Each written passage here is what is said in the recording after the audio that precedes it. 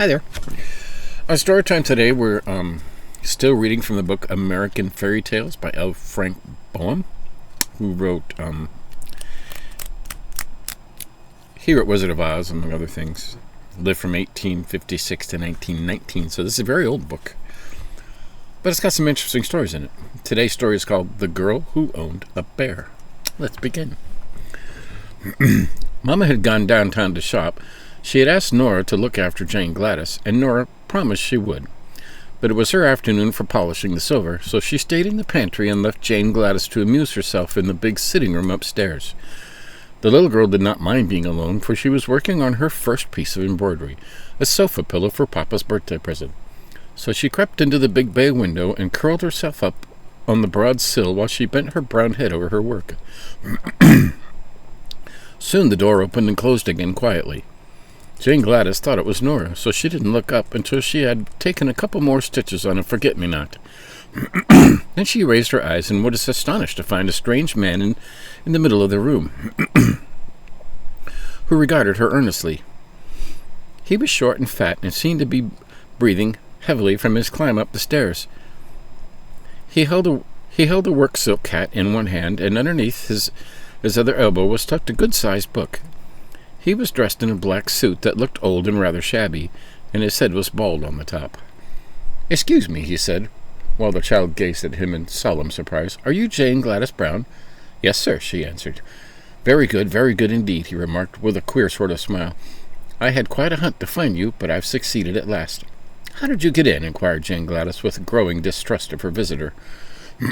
"That is a secret," he said mysteriously. This was enough to put the girl on her guard. She looked at the man, and the man looked at her, and both looks were grave and somewhat anxious. "What do you want?" she asked, straightening herself up with a dignified air. "Ah, now we are getting to business," said the man briskly. "I'm going to be quite frank with you. To begin with, your father has abused me in a most ungentlemanly manner." Jane Gladys got off the window-sill and pointed her small finger at the door. "Leave this room immediately," she cried, her voice trembling with indignation. "My papa is the best man in the world. He never abused anybody." "Allow me to explain, please," said the visitor, without paying any attention to her request to go away. "Your father may be very kind to you, for you're his little girl, you know. But when he's downtown in his office, he's inclined to be rather severe, especially on book agents. Now, I called on him the other day and asked him to buy the complete works of Peter Smith. And what do you suppose he did?" She said nothing. "Why," continued the man with growing excitement, "he ordered me from his office, had me put out of the building by the janitor. What do you think of such treatment as that from the best papa in the world, eh?" "I think he's quite right," said Jane Gladys. "Oh, you do? Well," said the man, "I resolved to be revenged for the insult. So as your father is a big and strong and dangerous man, I've decided to be revenged upon his little girl." Jane Gladys shivered. "What are you going to do?" she asked.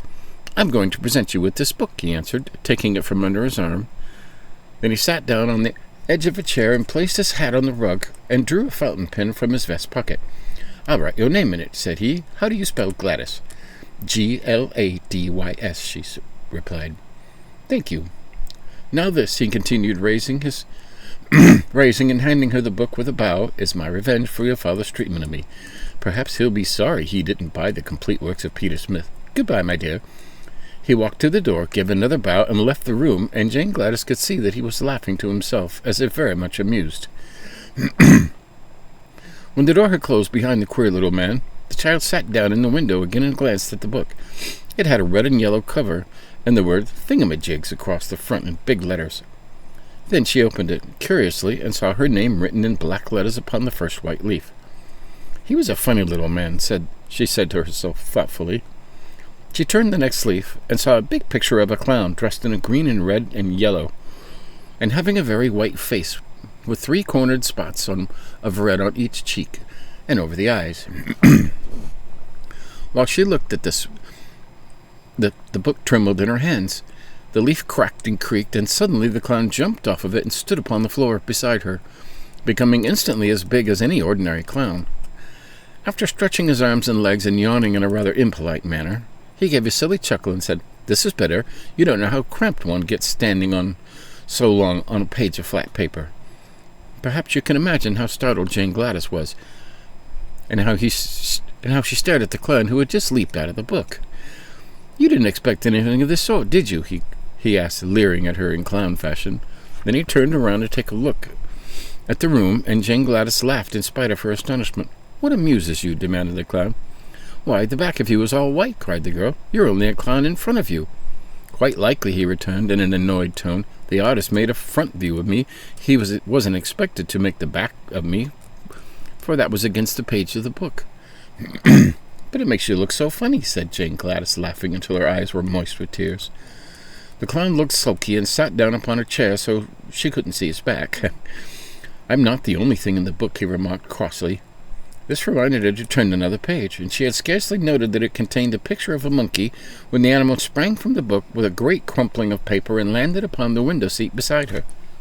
"Hee hee hee hee," chattered the creature, springing to the girl's shoulder and then to the center table.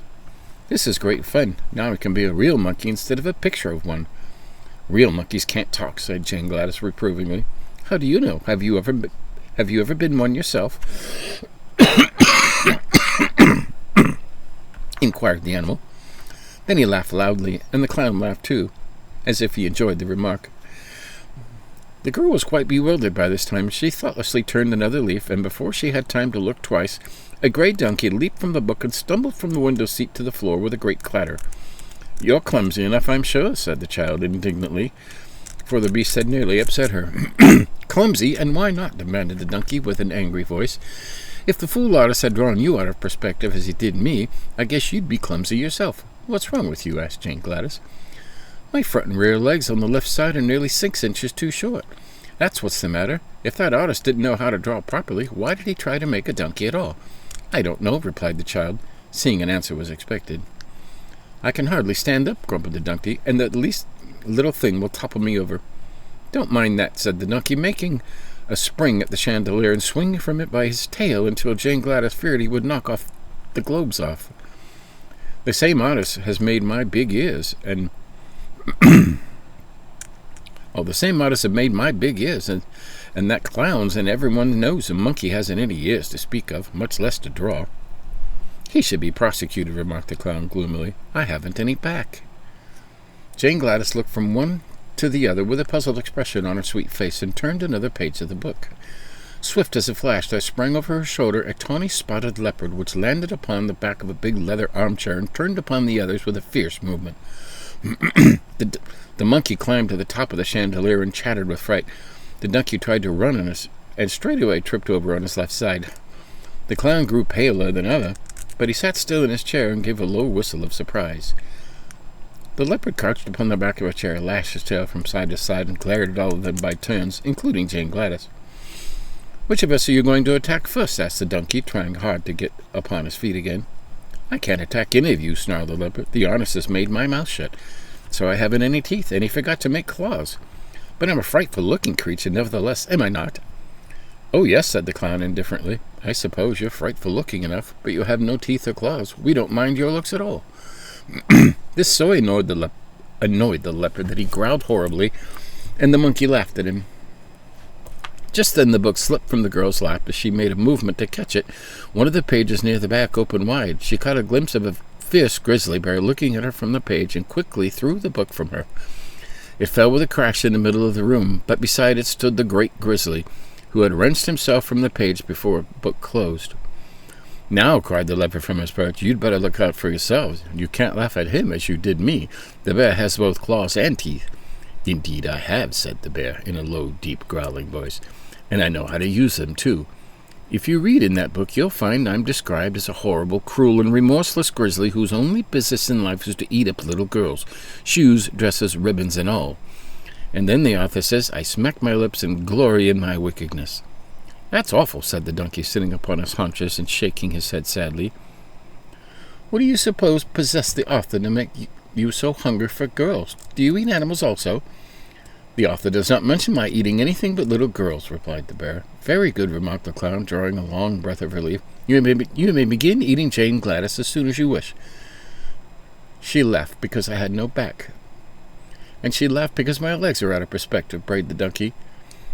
"But you also deserve to be eaten," screamed the leopard from the back of the leather chair, "for you laughed and poked fun at me because I had no claws or teeth. Don't you suppose, Mr. Grizzly, you could manage to eat a clown, a donkey, and a monkey after you finished a girl?" "Perhaps so," said "and a leopard into the bargain," growled the bear. "It will depend on how hungry I am, but I must begin on the little girl first, because the author says I prefer girls to anything." Jane Gladys was much frightened on hearing this conversation, and she began to realize what the man meant when he said he gave her the book to be revenged. Surely Papa would be sorry he hadn't bought the complete works of Peter Smith when he came home and found his little girl eaten up by a grizzly bear, shoes, dress, ribbons, and all. The bear stood up and balanced himself on his rear legs. "This is the way I look in the book," he said. "Now watch me eat the little girl." He advanced slowly towards Jane Gladys, and the monkey, the leopard, and the donkey, and the clown all stood around in a circle and watched the bear with much interest. But before the grizzly reached her, the child had a sudden thought and cried out, "Stop! You mustn't eat me. It would be wrong." "Why?" asked the bear in surprise. "Because I own you. You're my private property," she answered. "I don't see how you make that out," said the bear in a disappointed tone. "Why, the book was given to me. My name's on the front leaf, and you belong by rights in the book, so you mustn't dare eat your owner." The grizzly hesitated. "Can any of you read?" he asked. "I can," said the clown. "Then if she speaks the truth, is her name really in the book?" The clown picked up the book and looked at the name. "It is," he said, "Jane Gladys Brown, and written quite plainly in big letters." The bear sighed. "Then, of course, I can't eat her," he decided. "The author is as disappointing as most authors are." But he's not as bad as the artist," exclaimed the donkey, who was still trying to stand up straight. "The fault lies with yourself," said Jane Gladys severely. "Why didn't you stay in the book where you were put?" The animals looked at each other in a foolish way, and the clown blushed under his white paint. "Really," began the bear, and then he stopped short. The doorbell rang loudly. "It's Mama!" cried Jane Gladys, springing to her feet. "She's come home at last. Now, you stupid creatures!" But she was interrupted by them all making a rush for the book.